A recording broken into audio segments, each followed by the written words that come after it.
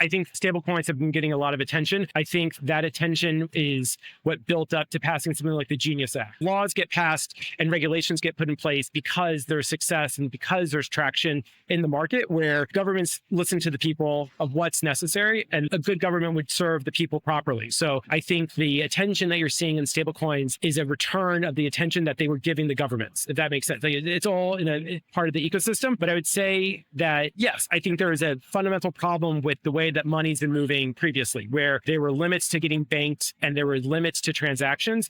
And there was money that was going to third parties that you didn't even know. So you want to move money through a SWIFT transaction from the US to Korea, for example. And I know this personally from having, we're sponsoring this event, having to move the money. We're doing an event tonight. And with all those things, payments had to be made. You asked earlier about being a CFO. One of the frustrations I had was wiring money internationally. Oh my goodness. And it is surprising to find out the rules in real time. I know how to set the wires. I know how to transact, but different banks, different processes, they want to split payments in half. And I think a frustrating thing that I experienced with actually our photographer for our event, I sent her the sum of money and professional business. And unfortunately, we chose on the SWIFT to take on the wire fees. However, there was an intermediary bank that we weren't aware of and she wasn't aware of when it deposited, and she got taken equivalent of 95 US dollars. So the question to her was, well, how do you pay me that back? Well, I can't send her $95 because I'm paying her another $95 and it's compounding, fee.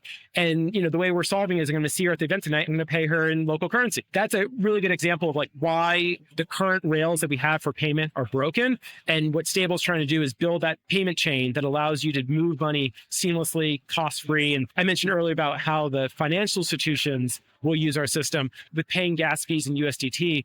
But for peer-to-peer transfers on Stable, it's free.